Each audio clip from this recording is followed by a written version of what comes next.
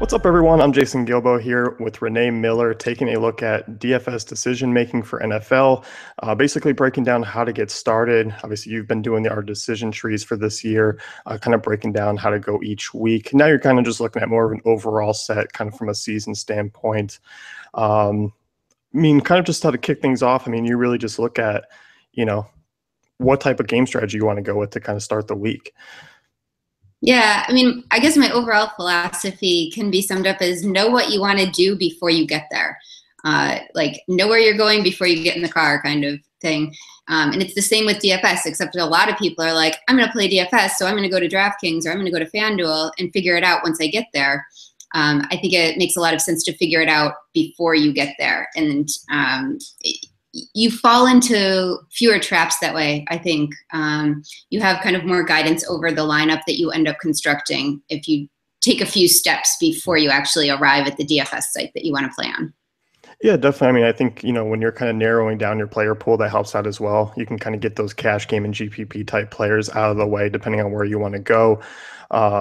And also, really breaking down things, Vegas, I think that's a popular way to start, and kind of looking at those team totals and where you want to kind of narrow down your research. Exactly. Starting with Vegas is huge because they take so many things into consideration that it really saves you a lot of time. And I think also another thing that people can sometimes get hung up on or stuck on is double dipping and counting the same variables or statistics more than once. So if you start with Vegas, know that Vegas is taking into account a lot of things like how good the team is offensively, how bad the opponent is defensively, and weather and all kinds of things. So starting there can give you a really good idea of which games are likely to yield the most fantasy points, because games that are likely to yield the highest real points, that there's a good correlation there. So I do start with Vegas. And then you also get an idea of the teams and games that you might want to avoid. Those really low-scoring slugfests like, we're recording this November 10th. We have Cleveland and Baltimore on the slate tonight. That's a game that doesn't stir up a lot of fantasy excitement for me. Yeah, definitely. Those guys, setting the numbers there, smart guys. They know what they're doing in terms of setting those totals. It's a pretty accurate kind of guess of what that game's going to be like. And then you're also looking at defensive matchups next. That's your next step into kind of heading in toward lineup building. It's not enough to know where the points are likely to come from in terms of which game. The next step you want to take is to figure out, are they more likely to come through the air or on the ground? And individually, is it likely to be the tight end, the wide receiver, or the running back who's going to benefit? So you can do that by looking at points allowed, fantasy points allowed to each position. And sometimes going one step further, I look at Football Outsiders has the statistics on like passing defense to wide receiver 1 versus wide receiver 2 or 3. So I try to get a feel for, in those high scoring games, who's likely to be the biggest fantasy beneficiary. The other point that I wanted to make here is that some teams give up fantasy points in terms of yardage and standard scoring, that might be valuable. Others give up, are kind of the break not bend defenses that might give up a ton of receptions but have very, very low touchdown totals.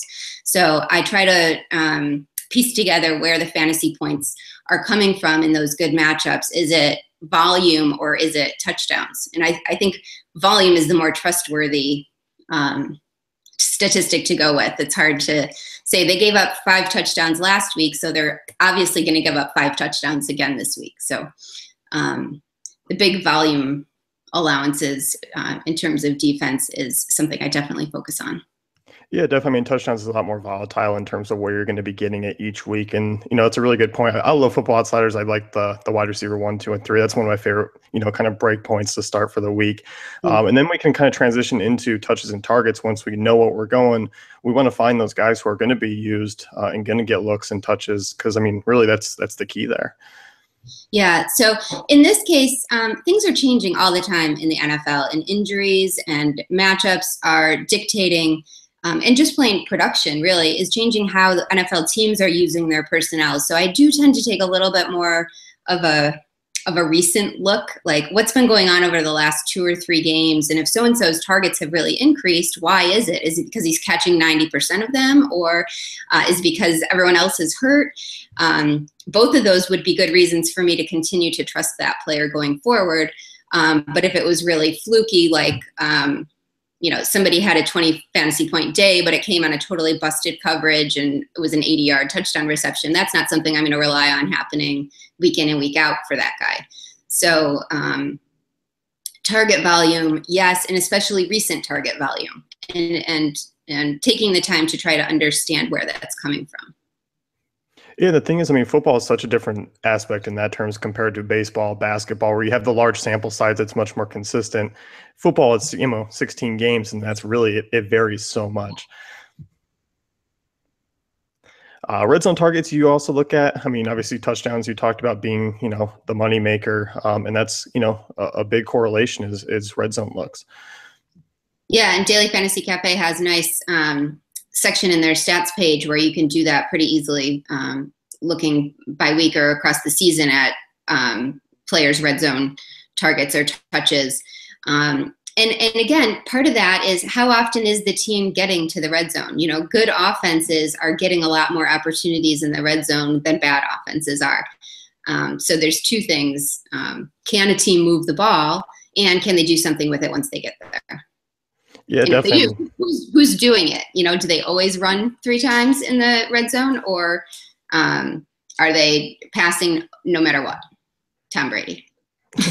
No. And we saw that earlier this season. I mean, Kirk Cousins was getting there, but couldn't finish the job. It took a long time. It took a while. But, those were numbers that were going to likely improve as the season goes on. And we kind of saw that come up over the last few weeks where he's been a lot better.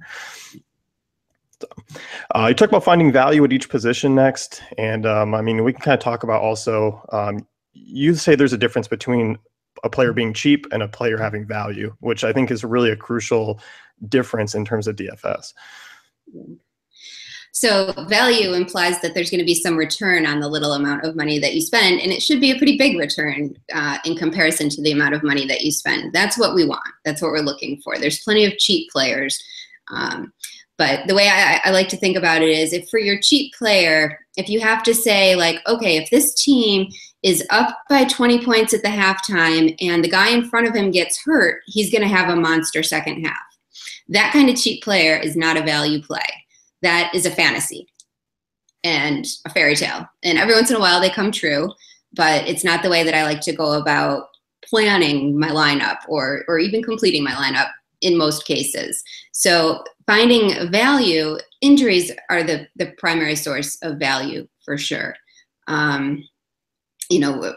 We see it week in and week out with running backs mainly, but receivers too. So many receivers are in concussion protocol now that it's continually opening up avenues for new guys to slot in.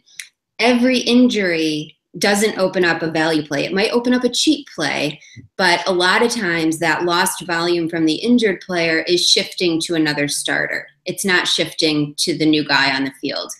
Number one, because there's no chemistry. There's less chemistry, let's say, to be fair, with the quarterback and the rest of the offense. And I mean, frankly, you just have to have a body on the field, right, to draw some coverage away from where you want the play to go. So some of these cheap plays that are coming in for injured players are decoys and don't deserve a spot in your lineup. I'm not the kind of person, and I know there are DFS players that are like, every injury is a value play, leads to a value play, and that's not my philosophy. No, I definitely agree with you. I mean, we've seen it a couple times this year already, and I mean, you look and these guys, they may get a couple extra looks because of the injury, but likely it does shift other usage to other players. I mean, if look at the Packers. If Jordy Nelson goes out, it's not going to shift to whoever fills in for him. Jeff Janis isn't going to come in and miracle have 10 targets. Right. Although he may be on the field for more snaps, it's not translating to fantasy value. Right, and you also look at possible the matchups here. You bring up a good comparison of if Tom Brady's in a great matchup, Andy Dalton's in a great matchup. you're looking at the pricing differences to see where that value really comes into play. Right. So at the higher end of the spectrum or the middle end of the spectrum, if you have two players that you think are going to produce the same kind of fantasy output, it always makes sense to take the cheaper one, whether the name is big or not. I'm trying to think, like, I know we mean this to be kind of evergreen content, but we have the Arizona Cardinals playing San Francisco this week, and Carson Palmer is like really affordable on both sites, yet he could, in my mind, easily be the quarterback one in terms of fantasy. So even though, Aaron Rodgers is great and Tom Brady is great, I think it's a week that Carson Palmer could be equally great for a lot less money. That's kind of what I mean by looking for value at the high end. Yeah, definitely. And I think that's a lot of things. I mean, people get locked into those big names like Aaron Rodgers, like Tom Brady. You're so soaked in, you're like, oh man, he's got a great matchup. But there are cheaper guys out there that can return the same points per dollar return. And that helps you really kind of build a better lineup come the end of the week. Yeah. Maximize. I always want to try to maximize and optimize, get the most points for your dollars that you can. Yeah, definitely. And then we kind of look at two different strategies that you like to use, kind of going either a balanced approach to the lineup for the week or using a stars and scrubs approach, which that does vary in terms of the week. I mean, because every week is different, just with injuries and how different games shape up. Yeah, I think we can get into this habit of studying winning lineups and trying to learn from what worked previously. And I don't want to say that there's no value in that. There absolutely is. But the value is not in trying to copy that for the week going forward. The value is in trying to say, okay, why were these good plays in week 8? What were the principles that made this the winning lineup in week 6? And how can I use that principle going forward? And I think sometimes we say, you know what? Every week it seems like the cheap quarterback is the way to go, so I'm just going to use the cheapest quarterback. That's not the logical progression that I want us to get to. The idea is to solve the puzzle every week. And sometimes you will be able to go really cheap at quarterback because there's only expensive running backs that you want to have in your lineups. You only want David Johnson and Ezekiel Elliott. So you have to save money somewhere else, but you have a good reason why that is. It's not just because last week's Millie Maker winner had a cheap quarterback in their roster. So yeah, I tend to build more conservative lineups, and I enter those in tournaments. And it turns out for me a lot of the time that sometimes my most conservative lineups end up being my highest scoring lineups, because good plays are good plays, and you can win tournaments with some chalky plays in your lineup. But it's fun to kind of go out on a limb too and use a wide receiver one in a matchup with Seattle or with Arizona. Because players like AJ Green or Julio Jones have these breakout games, even in bad matchups.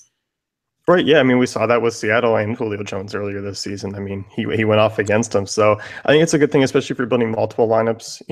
It may be worth it to kind of go and take a little bit more risk than the usual one. But I'm with you. I think conservatives is the way to go. And you don't have to necessarily be afraid of it in GPPs because, as you mentioned, those are your safe plays. And they do have high ceilings, in certain matchups. For a reason. Yeah.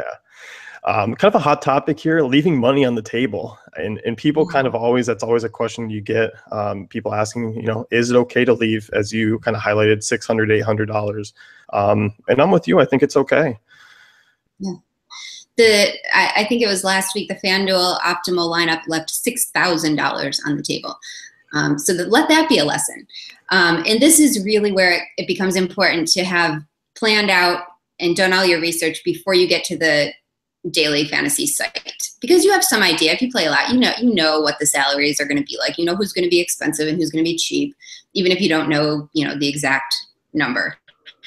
So if you have an outline or a sketch or a spreadsheet of who you want to use at each position, 3 or 4 or 5 guys that you want at each position, you can build lineups around those guys confidently. And if there's money left over, let it be. You have the guys you want. You went through this process, these steps to pick out the players that were in the best positions to score a lot of fantasy points.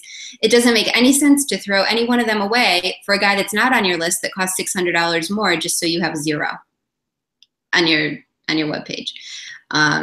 It doesn't make sense. So if you go into the website without having done any research and planned it all out, you're basically going to be driven by salary, because it's how we operate. We're told to like finish your vegetables, clean your plate. You know, we spend all the money that we get, right? A lot of us. So it's really human nature to zero that salary cap out, especially if you don't have a plan going in. So it takes discipline to leave money on the table in your fantasy roster, but it's a fine thing to do. And of course, if you have money left over and there's a better player on your list and you can upgrade to that better player on your list, then do that. But don't force it. And I think, I mean, we can look at, if you want to be contrarian, I mean, could you say leaving money on the table is going to be a contrarian move? Yes, absolutely. Because it's such human nature to want to zero that salary cap out. Everybody wants to do it. It seems wrong not. It's like wasting money not to. It's like your boss gives you a $2,000 paycheck and you're like, I just need $1,500. I'm good. Yeah, I've never said that, nor have I ever got a $2,000 paycheck. So,